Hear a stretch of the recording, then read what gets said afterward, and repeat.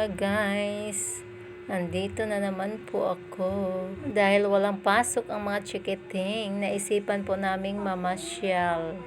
Pero hindi po kami mamasyal sa SM. Dito lang po malapit sa amin. Kaya lang po sasakay pa kami ng isang sakayan.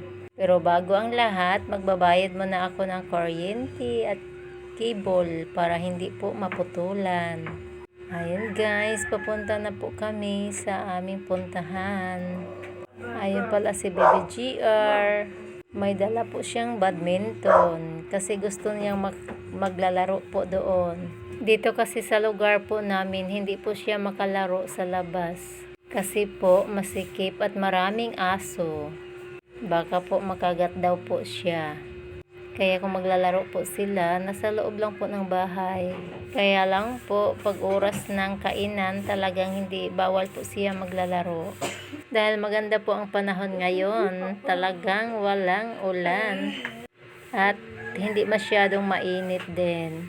Kaya maganda talagang gumala. At ang lawak po ng galaan namin. Naglalakad lang po kami dito. Kasi kakatapos lang po namin sumakay sa tricycle kanina bago po ako nagbabayad sa bill po namin sa kuryente. Maganda dito, malapit lang para pag gusto nang umuwi ay makauwi po agad. Pero sa SM din naman maganda din doon. Kaya lang po magastos. Hindi kasi pwede 1,000 lang yung pera mo papunta doon. Kasi pamasahe pa, 2 sakay. Kung ilan kayo, tapos kakain pa kayo sa Jollibee. At hindi naman pwedeng hindi maglalaro doon. At saka sa palaruan din doon ay magastos din. Hindi ko alam kung madaya po ba. Kasi may mga teddy bear doon na maghulog ka daw ng token bago gagana yung pang-ipit-ipit.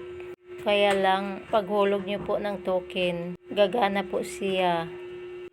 Pag dikit sa teddy bear ay bigla ding makabitaw, hindi pa nga napunta sa butas or hindi mo pa nabuhat sa pang-ipit, nakabitiw na, sayang lang po yung token. Syempre po yung token katumbas po yun ng 5 piso, kaya di ko na lang po dinadala yung mga anak ko doon sa SM kasi sa ngayon po nagtitipid po kami. Saka na lang kung makaluwag-luwag na po. Dito lang po kami mamasyal sa libre lang nga pasyalan. Mag-ikot-ikot lang po kami dito. Kasama ko yung mga bulilit. Maganda naman po dito nga pasyalan. Tahimik lang po ang lugar. Ang ganda po talaga ng sky. Mukha ko lang ang haggard.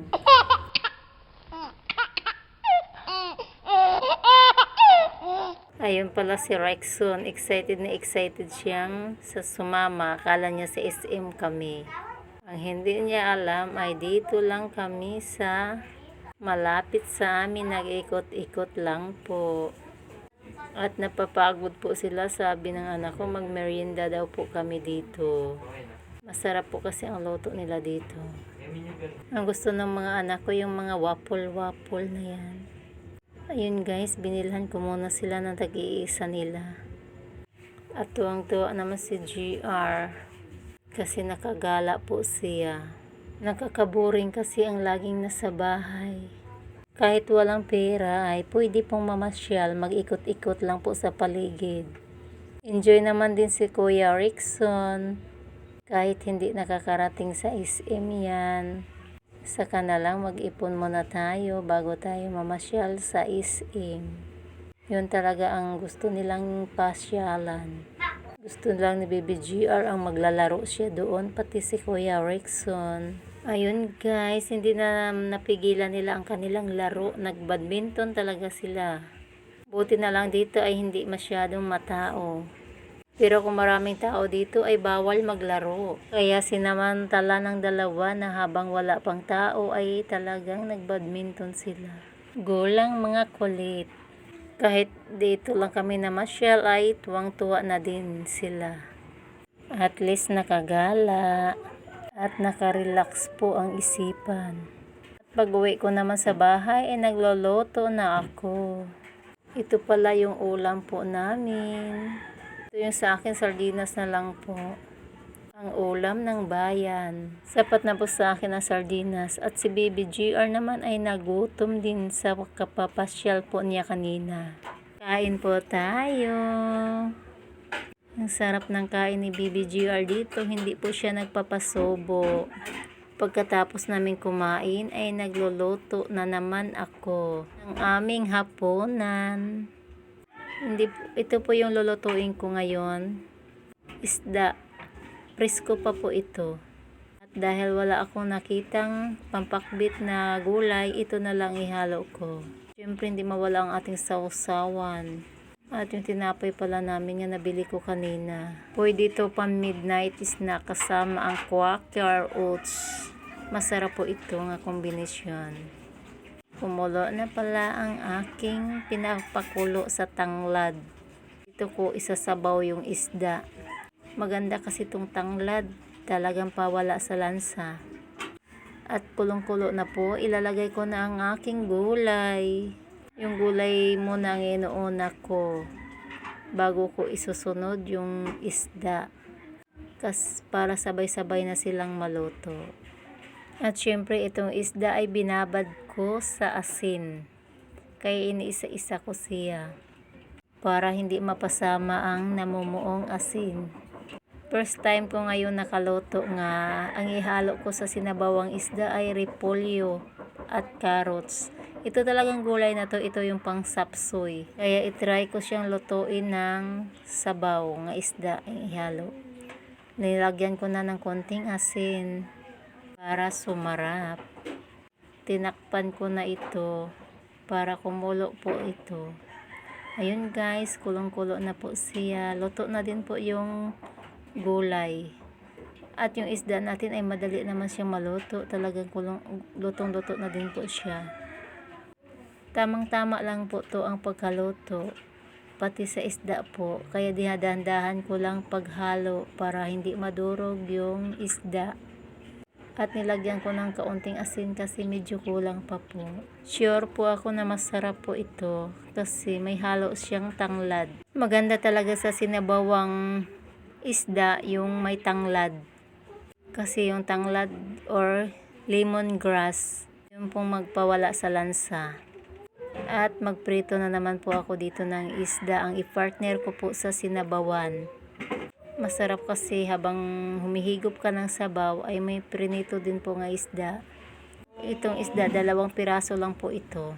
At iniwa-hiwa ko lang ng 3 hiwa. Dahil kumukulo na ang mantika, inilalagay ko na po dito yung isda. Dapat habang nagpiprito po tayo ng isda, dahan-dahan po ang paglagay para hindi po tatalsik sa ating mukha. Yun talaga ang technique doon. At kailangan kumukulo muna ang mantika bago po ilalagay yung isda para hindi po siya dumidikit sa kawali. At malutong po ito pag ganito ang gagawin natin. Ayun guys, binabaliktad ko na. Madali lang po siyang baliktarin. Kasi pinakuluan ko muna dito yung mantika bago ko nilalagay yung isda. Ay kulit, inuulit-ulit.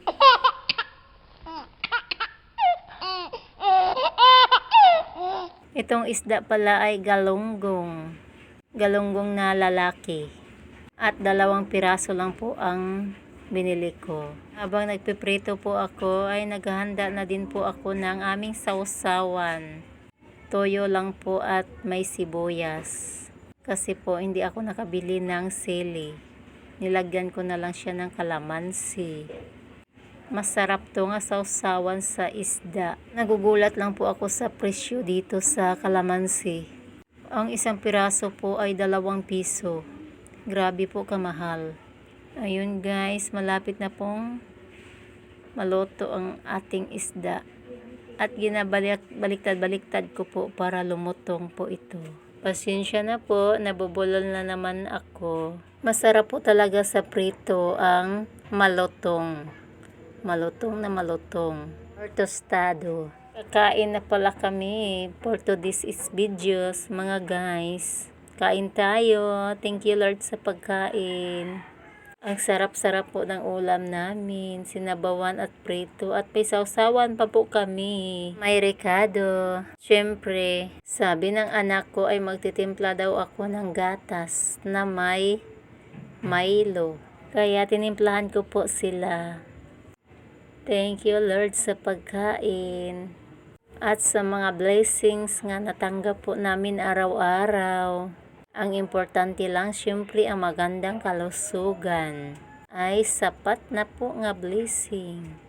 At para po sa amin ay hindi po kami mapili sa pagkain. Dahil ito po ang kusinirang probinsyana na kahit anong ulam ay sapat na po. Laking probinsya po kasi ako. Kaya ang gusto kong pagkain yung may gulay lagi. Kasi ang gulay ay nakakahaba po sa ating buhay. Pero dito minsan po ay hindi po ako nakabili ng gulay kasi minsan nagmamahalan po ang mga gulay. Grabe po kamahal. Hindi sapat ang budget ko. Kaya minsan po kung isda lang ay isda lang talaga. Hindi ko na dinagdagan ng gulay. Ibang araw na naman ng gulay.